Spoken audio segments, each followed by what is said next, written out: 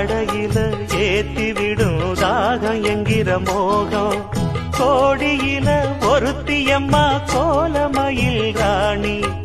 ஆடி வரும் பூங்கலசம் அழகிருக்கும் மேனி தேர் நடந்து தெருவில் வரும் ஊர்வலமா ஊருலகில் அவளை போல பேர் வருமா நல்ல பளிங்கு போல சிரிக்கும் மனச பறிக்கும் பவள விரிப்பு விளங்கிடாத இனிப்பு விவரம் புரிஞ்சிடாத துடிப்பு